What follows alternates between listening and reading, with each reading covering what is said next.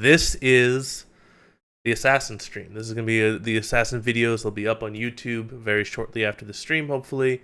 And this is not only how to play Assassins, but also how to play against them. This video is going to focus not only on the beginner aspect of things, how to get introduced into Assassins, but it should also be really useful for the more advanced players. I'm going to be covering things specifically that I didn't know, or things that I think a lot of the League community doesn't know about these champions. We'll be going over every single champion in detail, going over their abilities, all that stuff. We've got information on how they do in pro play, how they do in solo queue. We'll be talking a little bit about their lore for each one of the champions. We'll be talking about their power spikes, what's their common runes and build paths, all of that stuff. We won't go into a lot of really in-depth combos or things like that. There are plenty of great players out there who have very detailed combo guides, and I definitely want to point you towards those people because they are far better at those champions than I am. I'm going to focus on things more from an analytical perspective and from a numbers perspective, and also from a details perspective, so you guys can learn the details about these champions that a lot of people don't know. So first up, we're going to talk about the Evasion Assassins. So the Evasion Assassins I'm going to be calling Akali, Fizz, and Zed. So first up, we have Akali. She is known as the Rogue Assassin. So Akali was released initially back in 2010, and she was reworked in 2016 into her current form. She is known for being a assassin with a very overloaded kit, with a very high skill cap. She is extremely powerful in professional play. She basically was picked a ridiculous percentage of the time. She was banned a lot as well. One of the big reasons why she was so good in professional play is she was a great flex pick between top and mid. So pretty much most top laners and mid laners could play Akali, and you could basically blind pick the Akali very early in the draft, and then you wouldn't have to show whether it was going top or mid until the very end of the draft. So she was extremely strong in professional play. Really was like a staple of the meta for a long time. She's been nerfed continuously. They've slowly taken things out of her kit. They've slowly basically changed some of her abilities. They've nerfed her damage numbers. They've nerfed her sustain. So currently she's kind of weak in solo queue. Mains are usually pretty good at her. Mains will definitely have an above 50% win rate, but she does get a lot of people who are playing her that they're not very experienced with her, and that drags her win rate down to around, I think right now she's sitting around a 48% win rate.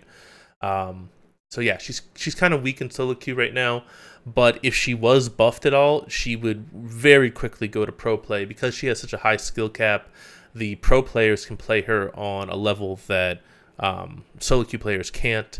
So she is kind of one of those champions that's just broken in professional play, but struggles sometimes in solo queue. As far as Akali's lore, she is Ionian. She is a Kinku ninja, so that's the same order that Shen is kind of the leader of. She is the daughter of the Fist of Shadow. She left the Kinku Order to fight for Ionia against the Noxian invasion. So the Kinku Order was basically they don't deal with worldly conflicts like wars and things like that. Their whole thing is to try and balance between the spirit realm. So they fight people who disrupt the balance between the physical plane and the spirit realm. So that kind of really frustrated Akali because she was seeing a lot of people die around her, and the Kinku Order, who had all this power, was doing nothing to help the people. So she got very frustrated with that, and she wanted to fight against Noxus. So now she's basically an assassin that's fighting for Ionian freedom. She basically has gone off on her own. She doesn't listen to Shen as much. She's still an ally of Shen, but it's kind of a tense relationship that they have.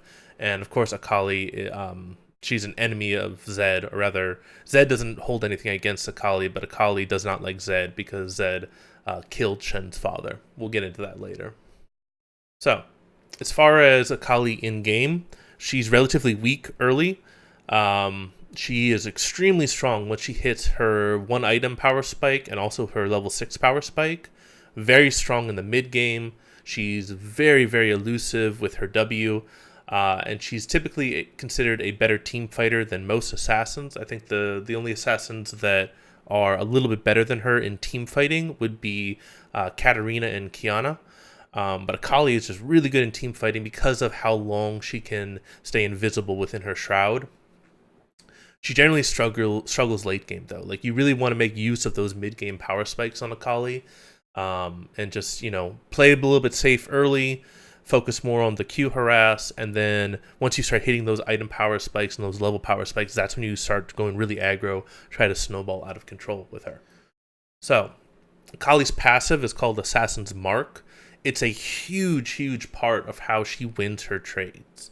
So the way it works is it grants movement speed to avoid attacks and close distance, and it doubles the auto attack range that she has, and it also will restore her energy. So if you don't know like the exact details of how it works, is that basically anytime she deals damage with an ability, she gets this ring, and she has to go outside of that ring. So she gains movement speed to move away from the champion until she gets outside of that ring, and then she gains a bonus attack range, bonus damage, and she gains mobility moving towards the champion. So basically her play pattern is use an ability, back up for a second, then come back in and use an auto attack that deals a bunch of extra damage.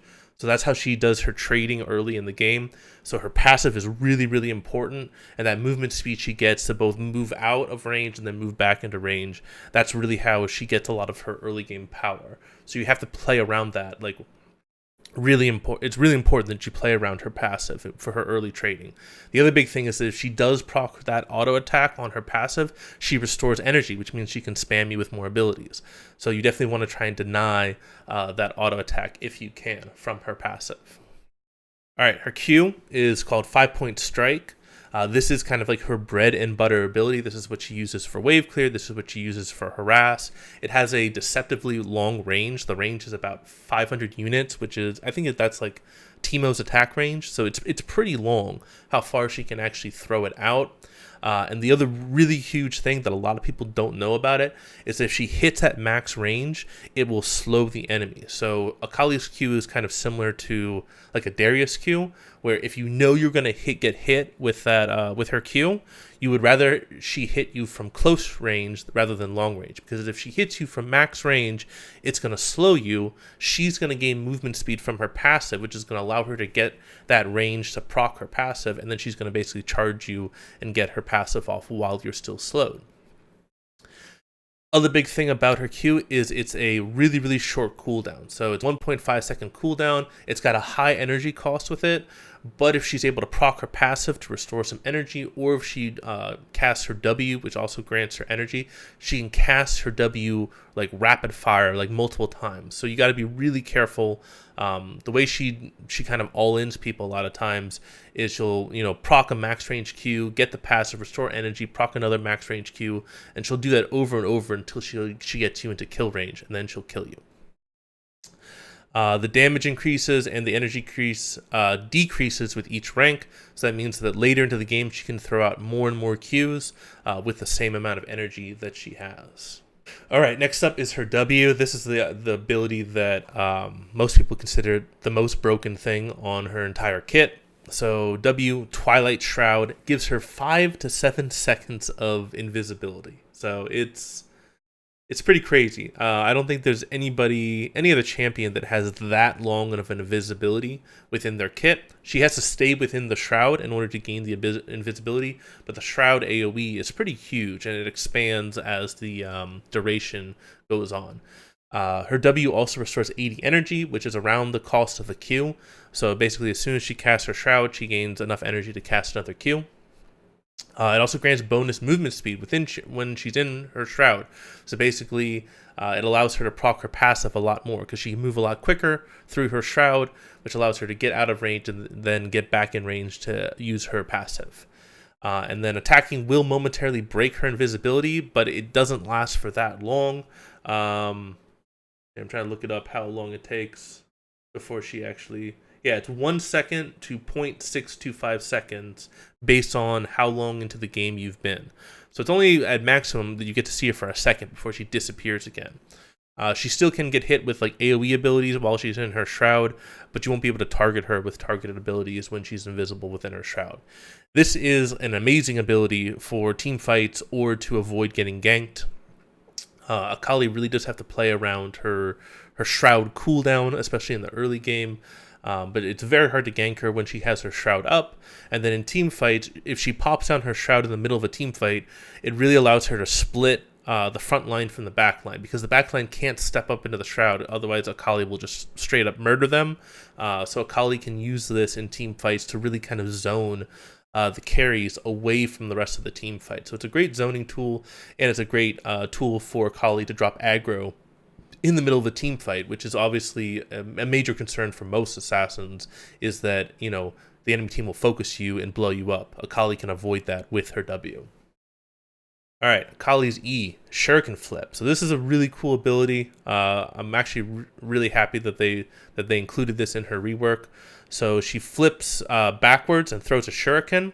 If it hits either an enemy champion or it hits her shroud, then she can activate it to dash to the enemy or to her shroud. So you can use the flip backwards to either escape or engage. So you can actually throw her E the wrong direction to kind of use it as a gap closer if you don't think you're going to be able to actually hit with her E.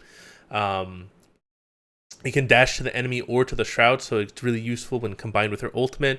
She can use it as an escape, so she can basically throw her E to her shroud, go all in with her ultimate, and then go back to her shroud with her E. So there's a lot of really cool things that you can do in combination with her E. And the dash has no max range. So you've seen this actually in competitive play and pro play, that if somebody uses like a teleport to try and TP bot lane for a fight, Akali can use her E to tag the target that's teleporting, and then she can dash across the entire map after the teleport has completed. So it's really cool. It's really great if you have like a Shen on the enemy team or a Twisted Fate or something like that. She can basically follow those ultimates or teleport all the way across the map, but obviously it takes her longer to get there than it would be for a teleport or something like that. So yeah, it's a really cool ability. It has some very cool interactions with different champions, and it has no max range on the dash as long as you hit them with the E. All right, finally her ultimate, Perfect Execution. It's 2 dashes that you get. The first dash deals physical damage. The second dash deals magic damage. The second dash is also an execution. There used to be a micro stun on the ultimate. They've since removed that. But basically you want to use that second dash as an execution. She can also use her ultimate as an escape if she needs to. She can just double dash to escape. But there is a relatively long cooldown to this ultimate, so you don't want to waste it. You usually need to secure a kill with this ultimate at level 6. If you're using it defensively, it's going to have a really long cooldown at rank 1, and it really takes away from a lot of your kill threat. Whenever you have your ultimate up, you have a ton of kill threat on most targets, so you need to make really good use of that cooldown. So, as far as skill maxing and keystones and summoner spells and items and all that stuff, you always want to level up R whenever you can, and then the skill order max is QEW. So her Q is basically that bread and butter, poke and harass and all that stuff. So Q definitely want to max first. E, increased damage, shorter cooldown, and then W last because it's more the utility defensive spell. So you can go a lot of different Keystone Runes with Akali. You can go Conquer, you can go Electrocute, you can go Fleet Footwork.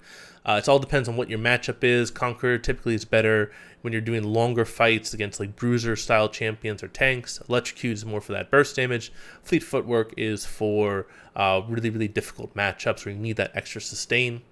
You always want to take Flash on Akali, and then you can take either Teleport or Ignite with your other summoner spell. It depends on whether you want to rely more on being more of a team fighter or a team player, whether you want to go for those solo kills with the Ignite.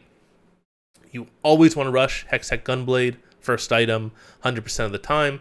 Akali makes really great use of that because her abilities scale off of AD and AP. She deals mainly magic damage, but she does gain scaling from attack damage. So Gunblade is like a super gold efficient item on her, and the active is really great as well as the healing that she gets from the passive on the Gunblade.